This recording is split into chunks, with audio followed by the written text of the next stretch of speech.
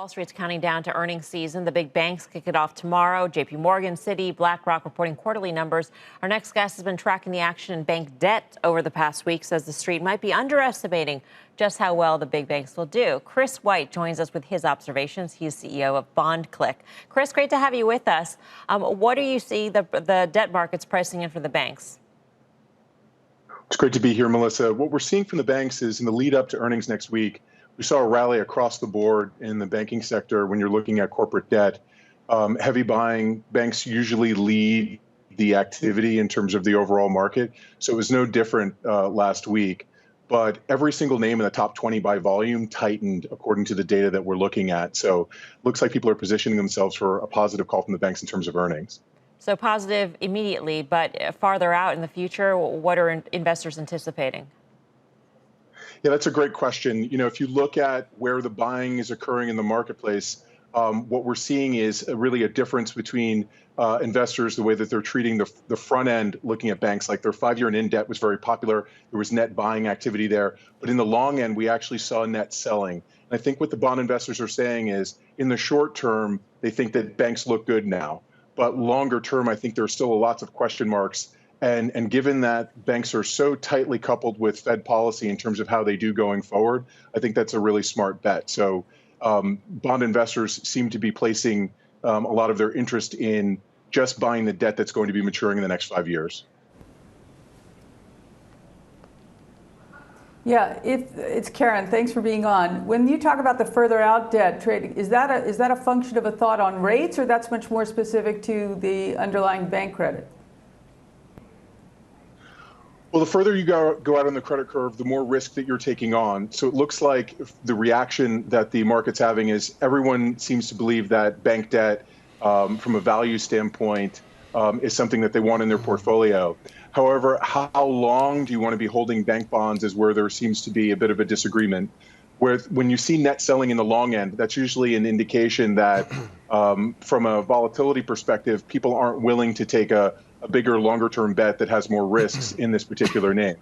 I think given that just, simple things in the Fed policy, not just the discount rate, but direct bond buying in the secondary market by the Fed has a direct impact on FICC revenues, which we all know are a massive part of how banks make money. I think it's important that people sort of watch what the Fed is saying before they start making longer term bets on bank debt. Chris, thanks for joining us. We hope you come back Pleasure. soon. Chris White of BondClick. Karen, do you often look at debt in general for stocks? Do you look at bank debt as an indicator of investor appetite? I don't really. So it's interesting to hear his opinion. I look at the equity. When in '08, bank debt was definitely worth looking at, and you had preferreds trading at 20 cents on the dollar. So that was interesting. But so I'm long the banks going into tomorrow. I hope they're right. The only thing that I don't like about the setup is that in the last 12 or 13 trading days, just JP Morgan, for example, is up at least $10 from an intraday deal. So that's a big move.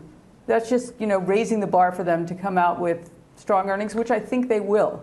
But I don't know what's already priced in. But I'm long Bank America, Wells, Citi, and JP Morgan.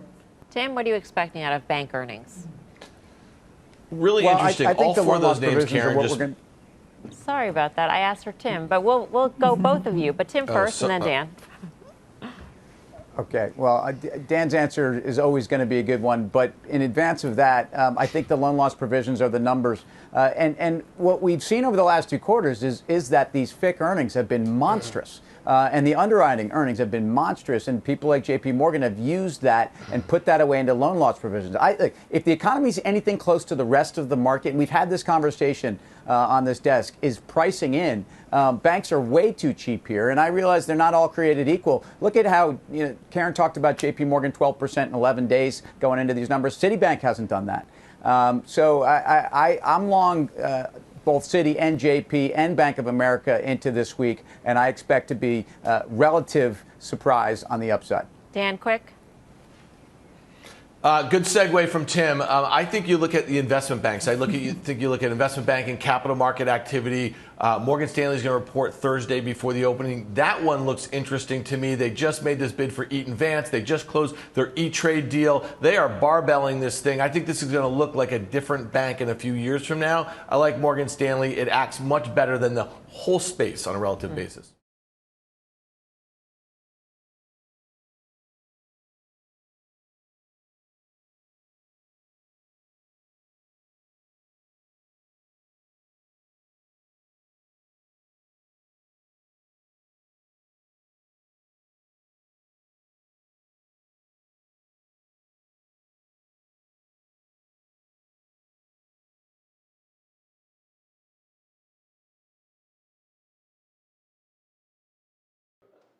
Shepard Smith here. Thanks for watching CNBC on YouTube.